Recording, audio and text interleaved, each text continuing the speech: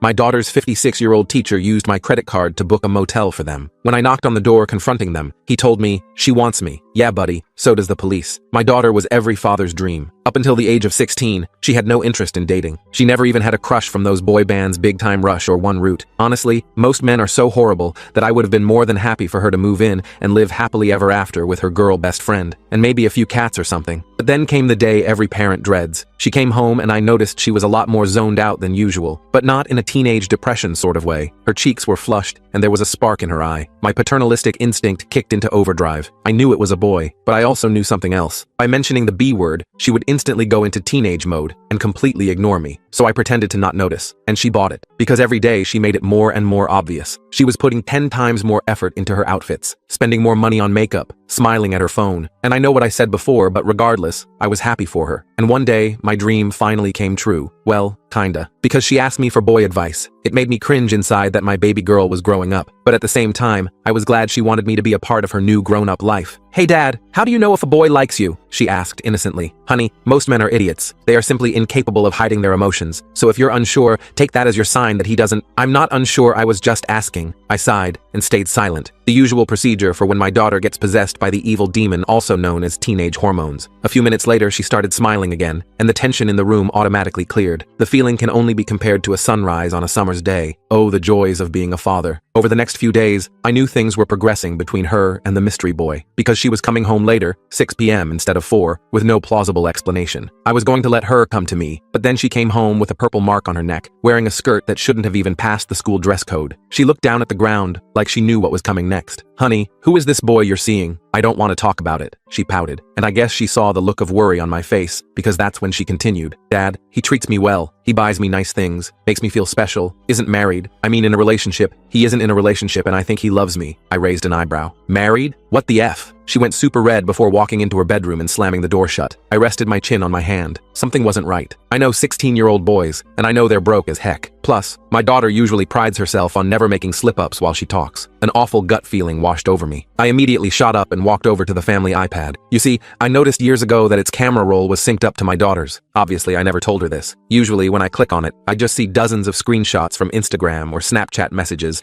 involving trivial drama with her friend group, or the occasional flower crown selfie. But this time I saw something much darker, because sitting right there in the recent photos was her and her boyfriend. She was sitting on his lap. This would have been fine, except I recognized his face. It was Mr. Dalton, her English teacher. Suddenly, it all made sense. The extra smiles in the parent-teacher conferences, his constant praise of my daughter. In the parent group chat, they were recently talking about how we should get him a gift to celebrate his oncoming retirement. Bile rose in my throat. I wanted to grab her phone, find his address, and beat his A, until his brain was minced meat on the sidewalk. But I knew this was a sensitive situation, and I didn't want my daughter to never trust me again. So instead, I walked to her bedroom and knocked on the door. When she said I could come in, I gently entered and sat on the other side of the bed. I was ready to take full advantage of her. "Darling, I just want you to know I support you no matter what. I hope you and your boyfriend are happy together, and let him know that I wish all the best for him." Her face lit up, just as planned. "Thank you, Dad. You're the best." She then gave me a huge hug and promised me she'd tell her boyfriend. As soon as I left her bedroom and shut the door, I almost collapsed. I was so disgusted, and putting on this front was culling me, but I knew it had to be done. And like clockwork, the next day, Mr. Dalton texted me. His message was very warm. "Good afternoon, sir. Just wanted to let you know Ava has been performing brilliantly in class this week, and I wanted to send you my utmost respect for how you raised her." We texted for a while, and I asked if he wanted to meet for dinner, and that sick scumbag agreed, not knowing it would be his last meal. I suggested Marcello's, an upscale Italian restaurant downtown. But before Friday arrived, I realized I needed help. This wasn't something I could handle alone, not if I wanted to protect Ava properly. My original plan of confronting him alone was too risky. What if I lost control? What if I ended up in jail, leaving Ava completely vulnerable? The school counselor, Melissa Winters, had always impressed me with her no-nonsense approach. She had a reputation for being fiercely protective of students while maintaining professional boundaries. Her office was tucked away in the east wing of the school, far from the English department. I arrived 15 minutes early for our appointment, rehearsing what I'd say while watching parents and students filter out of the building. When the hallway emptied, I slipped inside. The office was smaller than I expected, walls lined with degrees and colorful posters about mental health and resilience. "Mark, come in," Melissa said, closing the door behind me. Her office was warm, filled with plants and motivational posters about resilience and growth. "What's going on?" Her voice was calm, but direct, her eyes sharp behind tortoiseshell glasses. I inhaled deeply, the weight of my discovery making it hard to breathe. This stays between us for now? My voice sounded strange to my own ears. She nodded, her expression turning serious. Of course. I pulled out my phone and placed it on her desk. I need you to listen to something. All of it. I played the recording I'd made of my conversation with Ava about her boyfriend, followed by my text exchanges with Dalton. I'd spent the previous night compiling everything, organizing the evidence chronologically. For the next 45 minutes, Melissa sat perfectly still, her face growing increasingly pale. When it finally ended, she looked up at me with horror in her eyes. How long has this been happening? She whispered. A few months, I think. Maybe longer. I ran my hands through my hair. I can't go straight to the police. Ava would never forgive me, and Dalton's too smart. He'd twist everything. Melissa nodded slowly. You're right to be cautious. Men like Dalton, they're manipulative. They plan escape routes. We need to build a case carefully, one that protects Ava above all else. What do we do? I leaned forward, desperate for direction. First, we document everything. Dates, times, messages. She leaned forward. And Mark? This has to be handled delicately. If Dalton suspects anything, he could destroy evidence or worse, convince Ava to run away with him. The thought made my blood run cold. I imagined Ava disappearing, leaving only a note behind. I'll do whatever it takes. Let me make some discreet inquiries, she said. There might be other students. She wrote something in her notebook. I hadn't even considered that possibility. The idea that Ava might be one of many made me feel simultaneously relieved. She wasn't singled out, and horrified. How many lives had this man damaged? You think there are others? Predators rarely stop at one victim. She wrote something in her notebook. Give me a week. Don't confront him. Act normal. That dinner you planned, keep it, but record everything. She tore a page from her notebook and slid it across the desk. A list of apps that could discreetly record conversations. Acting normal proved nearly impossible. Every night, Ava texted constantly, giggling at her phone. Every sound made me jump. Every time she left the house, I imagined the worst. 3 days after my meeting with Melissa, I noticed Ava's behavior shifting. She seemed more secretive, defensive. Her bedroom door stayed locked more often. She started taking her phone into the bathroom during showers, something she'd never done before. That night, I checked the synced photos again. My heart stopped. New pictures showed Ava in what looked like a hotel room, sitting on a bed. Nothing explicit, but clearly not a classroom. The generic artwork on the wall, the standardized lamp on the nightstand, unmistakably a hotel. She was smiling at the camera, wearing a dress I'd never seen before. Too mature, too expensive. I downloaded them immediately, adding them to my growing file. The images burned into my retinas, keeping me awake long into the night. The next morning, I received a text from Melissa. Need to talk. Found something. The message arrived as I was pouring coffee, causing me to spill hot liquid across the counter. I met her during my lunch break at a coffee shop 3 miles from the school. Melissa was already there, a manila folder on the table beside her untouched latte. I've been reviewing attendance records, she said quietly, sliding a folder toward me. The paper inside was a printout of Ava's attendance record, with certain periods highlighted in yellow. Ava has missed her last period every Friday for the past 2 months. Dalton's planning period, I muttered, the pieces falling into place. She nodded. And there's more. 3 years ago, there was an incident with another student. Nothing was proven, but the girl transferred schools suddenly. She pulled out another paper, an email exchange between administrators discussing a situation that had been handled discreetly. Why wasn't he fired? My voice rose slightly. The family moved away. No formal complaint was filed. She sipped her coffee. But I found the girl's best friend. She's a senior now. She remembers things. Hope flickered in my chest. Will she talk? Not yet. She's scared. Melissa checked her watch. Mark, we need more. Something concrete. That night, I slipped a small voice-activated recorder into the front pocket of Ava's backpack while she showered. The guilt was overwhelming, but I kept thinking of those hotel room photos. The next day was Friday, the day of my planned dinner with Dalton. I called in sick to work and waited until Ava came home at 6:30 p.m. She breezed through the door, cheeks flushed, hair slightly disheveled. Dad, I thought you had that dinner thing tonight. She dropped her backpack by the door. Canceled, I said, trying to sound casual. Wasn't feeling well. I pretended to cough for effect. Oh, was that relief in her voice? Well, I'm going to shower and then study in my room. As soon as she went to her room, I retrieved the recorder from her bag and locked myself in my home office. My hands trembled as I connected it to my computer, downloading the audio files. The first few were mundane, classroom discussions, hallway chatter. Then Dalton's voice came through clearly. You know I'd never hurt you, right? People wouldn't understand what we have. They'd try to keep us apart. His tone was soft, persuasive, with an underlying urgency that made my skin crawl. My dad likes you, Ava replied, her voice carrying that same dreamy quality I'd noticed weeks ago. A chuckle. Your father sees what I want him to see. Men like us understand each other. What do you mean? Confusion tinged her question. Nothing, sweetheart. Just that your father and I are both men of the world. Now, did you finish that college application essay? Berkeley would be perfect for you. Close enough for us to see each other regularly. The calculated manipulation was unmistakable. My hands shook as I continued listening. For an hour, Dalton alternated between discussing literature and making subtle comments about their special connection. He quoted poetry to her, Neruda and Byron, twisting beautiful words into grooming tools. I got you something, his voice said near the end of the recording. Open it. There was rustling, the sound of paper being unwrapped. Ava gasped. It's beautiful, but it looks expensive. Nothing's too expensive for you. Just don't wear it around your father yet. Our little secret. I stopped the recording, feeling sick. He was buying her jewelry now, marking his territory. I copied the files to a secure drive, then texted Melissa. Got audio, clear evidence of grooming. I texted Dalton to cancel our dinner, claiming a work emergency. I couldn't trust myself to sit across from him without doing something I'd regret. That weekend, Ava grew increasingly moody. Sunday night, I heard her crying, but when I knocked, she told me to go away. Monday morning, Melissa texted again. Principal's office, 4 p.m. Bring everything. The message sent a jolt of adrenaline through me. This was it, the moment we'd start the official process of stopping Dalton. I spent the day organizing all my evidence, the recordings, photos, attendance records. I created a timeline, noting every suspicious interaction, every unexplained absence. At 3:30, I headed to the school. The parking lot was half empty, most students already gone for the day. I was so focused I almost didn't notice Ava standing by the main entrance, arguing with a girl I recognized as Skylar Williams, her lab partner. "You don't know what you're talking about," Ava hissed, her face flushed with anger. "I know exactly what I'm talking about," Skylar replied. "He did the same thing to my cousin before she transferred. Ask her about the bracelet he gave her." She reached for Ava's wrist, where I could now see a silver bracelet glinting in the afternoon sun. My heart stopped. I ducked behind a car, watching as Ava stormed off toward the English wing. Her shoulders were hunched, head down as she pushed through the double doors. This was bad. If she confronted Dalton now, everything could fall apart. I texted Melissa, "Emergency, Ava heading to Dalton's room, might confront him." Her response was immediate. "On my way, stall her if you can." I rushed into the building, trying to look casual. When I turned the corner to the English department, I saw Ava disappearing into Dalton's classroom. Through the small window in the door, I could see them arguing. Dalton's face was tight with anger, his usual composed demeanor cracking. He grabbed Ava's arm, and something in me snapped. I burst through the door. "Take your hands off my daughter." They both froze. Dalton recovered first, releasing Ava and stepping back with a practiced smile. "Mark, what a surprise." Ava and I were just discussing her essay. "Dad, what are you doing here?" Ava looked mortified, her cheeks flushing with embarrassment. "I came to see Principal Harrison," I said, never taking my eyes off Dalton. "Ava, we need to go." "No," she stepped away from me. "You don't understand. Skylar's saying horrible things about Mr. Dalton." "Lies." Dalton's smile never wavered, but his eyes hardened. "Teenage gossip, I'm afraid. Happens to many teachers." "Ava, please," I said, reaching for her hand. "We need to talk. Privately." "There's nothing to talk about." Her voice rose. "You said you supported us. Perhaps this isn't the best time." Dalton interjected smoothly. "Ava, why don't you head home? Your father and I can discuss this like adults." Before I could respond, Melissa appeared in the doorway with Principal Harrison behind her. Harrison was a tall man with a military bearing, his expression grave. "Mr. Dalton," Harrison said, his voice stern. "My office. Now." Dalton's facade cracked slightly. "What's this about?" "A serious matter requiring immediate attention," Harrison replied. "Ms. Winters, please escort Ava to your office." "I'm not going anywhere," Ava shouted, tears streaming down her face. "Dad, what did you do?" "What I had to do to protect you," my voice caught. "I don't need protection from him." She turned to Dalton. Tell them it's real." Dalton's expression changed, calculating. "Ava, calm down. This is clearly a misunderstanding." "Mr. Jenkins," Harrison said quietly, "perhaps you should join your daughter and Ms. Winters." I nodded, watching as 2 security guards appeared behind Harrison. Dalton noticed them too, his confident smile faltering. "This is ridiculous," he said. "Based on what? The word of a jealous teenager?" "We have evidence," Harrison replied. "Substantial evidence." He nodded to the security guards who moved closer to Dalton. The next hour was the hardest of my life. In Melissa's office, Ava alternated between screaming at me and sobbing uncontrollably. She called me a liar, a traitor, swore she'd never forgive me. "He loves me," she cried. "You ruined everything." Melissa tried to intervene. "Ava, I know this is difficult, but there are things you don't understand." "What don't I understand?" "That my dad pretended to support me while going behind my back? That Mr. Dalton has done this before," Melissa said gently. That stopped Ava cold. "What?" "3 years ago with another student. She transferred schools afterward." "You're lying," Ava whispered, but I could see doubt creeping into her eyes. "Skylar's cousin," I said quietly. "That's who she was talking about, wasn't it?" Ava stared at the floor. "She said he gave her a bracelet too." My heart sank. "What bracelet, Ava?" Slowly, she pulled up her sleeve, revealing a silver bracelet with a small sapphire charm. "He said it matched my eyes." Melissa made a note. "May I see it?" As Ava reluctantly removed the bracelet, Harrison entered the office, his face grim. "Mr. Dalton has been escorted off campus and placed on administrative leave pending investigation. The board has been notified, as has our legal team." "What about the police?" I asked. Harrison sighed. "That's complicated. Without Ava's cooperation." He glanced at my daughter. "I'm not talking to the police," Ava interjected. "This is insane. You're all treating me like a child." "You are a child," I said firmly. "You're 16. I'm old enough to know what I want." Harrison suggested we all take the night to cool down. As we left the school, Ava walked 10 paces ahead of me, refusing to acknowledge my existence. That night, she locked herself in her room. I sat outside her door, listening to her cry until she fell asleep around midnight. The next morning, Ava's phone buzzed repeatedly. When she didn't emerge for breakfast, I checked her room and found it empty, window open. My heart nearly stopped. The curtains fluttered in the morning breeze, a hastily scrawled note on her pillow. "You can't stop us." I called her phone, straight to voicemail. I texted Melissa Melissa in a panic. Ava's gone. Think she's with Dalton. Her response was immediate. Calling Harrison. Check credit cards for hotel charges. I logged into my bank account and saw it. A charge from the Bayview Inn on the edge of town, just 20 minutes earlier. I remembered Ava once mentioning she'd used my credit card to order pizza for them. He must have saved the information. I grabbed my keys and raced to the hotel,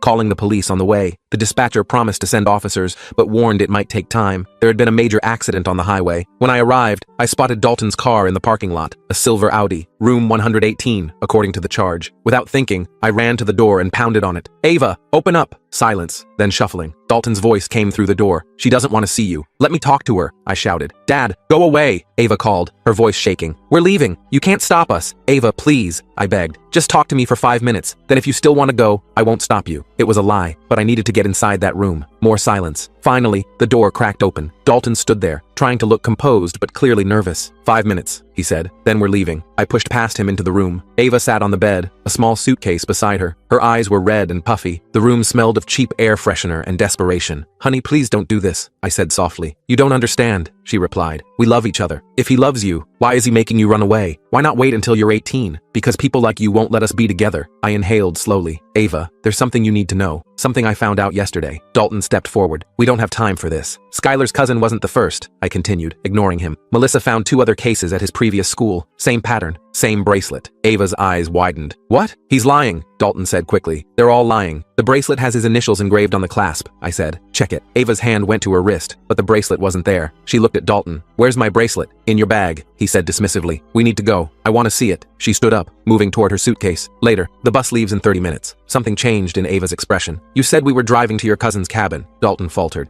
We discussed both options. No, we didn't. She stood up slowly. You said your cousin has a cabin in Oregon where we could stay until things blew over. Plans change, he snapped, his mask slipping. Now grab your bag. I stepped between them. She's not going anywhere with you. Dalton's face darkened. This doesn't concern you anymore. Ava, tell your father you're coming with me. But Ava was staring at him, really seeing him perhaps for the first time. You lied about the cabin. It's a minor detail. What else did you lie about? She turned to me. Dad, what did you mean about other cases? Before I could answer, sirens wailed in the distance. Dalton's expression turned desperate. We need to go now, he growled, grabbing Ava's arm roughly. She winced, trying to pull away. You're hurting me. Let her go, I warned, stepping closer. Or what? He sneered. You'll stop me? She's coming with me, and you're going to let us walk out that door. I looked him straight in the eyes. The police are already here. It's over, Dalton. As if on cue, there was a sharp knock at the door. Police, open up! What happened next seemed to unfold in slow motion. Dalton released Ava and lunged for his jacket. I saw the glint of metal and realized with horror he had a GN. Nobody moves, he shouted, pointing it at me. Ava, get your bag. We're going out the back. Ava stood frozen, her face pale with shock. You have a gun? Just for protection, he said, his voice suddenly gentle again. Come on, sweetheart. We need to go. The police knocked again, more forcefully. Open the door now. Dalton grabbed Ava's arm with his free hand. Move! Something snapped in me. I lunged forward, tackling him just as the police broke down the door. The GN went flying as we crashed to the floor. I heard Ava scream, officers shouting commands. Officers swarmed in, pulling me off him and pinning Dalton face down. One officer secured the gun, while another handcuffed Dalton. Ava stood against the wall, shaking violently. I rushed to her, wrapping my arms around her as she collapsed against me. I'm sorry, she sobbed. I'm so sorry. I thought he loved me. It's okay, I whispered, holding her tight. It's over now. You're safe. As the police led Dalton away in handcuffs, he locked eyes with me one last time. The mask was completely gone, revealing the predator beneath. Cold, calculating eyes stared back at me. At the police station, everything happened in a blur. Statements were taken, charges filed, possession of an unregistered firearm, attempted kidnapping, sexual exploitation of a minor. Ava was quiet on the drive home, staring out the window. When we arrived, she finally spoke. How did you know? About the hotel? He used my credit card, I explained. Must have gotten the information from your phone. She nodded slowly. I gave him your card number once, to order pizza. Her voice broke. I was so stupid. No, I said firmly. You weren't stupid. He was manipulative. That's what predators do. They're experts at making you trust them. That night, Ava asked if she could sleep in my room, like she used to do during thunderstorms when she was little. I made her a pallet on the floor next to my bed. As I turned out the light, her small voice came through the darkness. Dad, I don't hate you. I'm sorry I said that. I reached down and squeezed her hand. I know, sweetheart. How can I ever trust myself again? She whispered. I thought what we had was real. It will take time, I said gently, but you'll learn to trust yourself again. And until then, I'm right here. In the days that followed, the full extent of Dalton's predatory behavior came to light. 2 former students came forward with similar stories. The bracelet, it turned out, was his signature, identical to the ones he'd given his previous victims. Ava agreed to speak with a specialized counselor, though she refused to testify in court. The other evidence, the recordings, the hotel incident, the GN, was enough to ensure Dalton would face serious consequences. 2 weeks after the the hotel incident, the district attorney called. They had enough evidence to proceed without Ava's testimony, but her statement would strengthen their position. The preliminary hearing is next month, the DA explained. Dalton's lawyer is already floating a plea deal. What kind of deal? I asked. 10 years? Possibility of parole after 7? We're pushing for more. That night, I broached the subject gently. We were eating dinner, pasta I'd made from scratch. The DA called today. I kept my tone casual. Ava stiffened. I don't want to testify. Nobody's asking you to, I assured her. They have enough without your statement. She relaxed slightly. Good. But, I continued carefully, if you did want to make a statement, it could help ensure he gets a longer sentence. She was quiet for a long moment. How long would he get without my statement? Maybe 10 years. Out in 7 with good behavior. Her spoon clattered against the bowl. 7 years? That's it? I'll be 23 when he gets out. The next day, Melissa texted me. Skylar's cousin Jade wants to talk to Ava. Might help. Your call. I showed Ava the message. To my surprise, she immediately said yes. We met Jade at a quiet coffee shop downtown. She was 19 now, a college sophomore with bright blue hair and kind eyes. They sat in a corner booth while I waited at the counter, close enough to watch but far enough to give them privacy. On the drive home, Ava was quiet until we hit the highway. Jade said the same things, she finally murmured, about being special, understanding him like no one else could. I kept my eyes on the road, letting her continue. He told her they'd go to Paris after she graduated. He had it all planned out. She turned to look out the window. He told me we'd go to Greece. My hands tightened on the steering wheel. I'm sorry, sweetheart. No, I'm glad I know. She inhaled deeply. I want to write that statement. That night, Ava sat at the kitchen table with a legal pad, writing and crossing out lines for hours. Around midnight, she pushed the pad toward me. Can you read it? Tell me if it's okay? I sat down and began to read. Her words were raw, powerful, and heartbreakingly honest. She described how Dalton had gradually isolated her, made her feel special, while simultaneously making her doubt herself. This is more than okay, I said when I finished. This is brave. She nodded, taking the pad back. I want to read it myself, in court. I want him to hear it from me. The day before the hearing, I found her in the backyard, sitting under the old oak tree where she used to play as a child. Having second thoughts? I asked, sitting beside her. A million of them. She plucked at the grass. But I keep thinking about what you did, how you knew something was wrong and didn't ignore it, even when it would have been easier. I winced, remembering the invasion of privacy. I'm not sure I handled everything right. You protected me, she said simply. Now I need to protect myself, and maybe others too. The courthouse was intimidating, all marble and echoing hallways. Ava wore a simple blue dress and clutched her statement in trembling hands. When Ava was called to speak, she walked to the podium with her head high. Her voice shook at first, but grew stronger with each word. She didn't look at Dalton until the very end. You made me believe I was special, she said, finally meeting his gaze. But now I know the truth. You're the one who isn't special. You're just another predator who couldn't succeed with women your own age. Dalton's face remained impassive, but I saw his jaw tighten. When Ava returned to her seat, I squeezed her hand, unable to speak through the lump in my throat. The judge denied the plea deal. The case would go to trial, where Dalton would face additional charges based on evidence found on his devices. The DA was confident he'd get 20 years minimum. The trial was scheduled for 6 months later. Life began to find a new rhythm. Ava transferred to a different school for her junior year. She joined the debate team and discovered a talent for persuasive speaking that surprised us both. One evening in late October,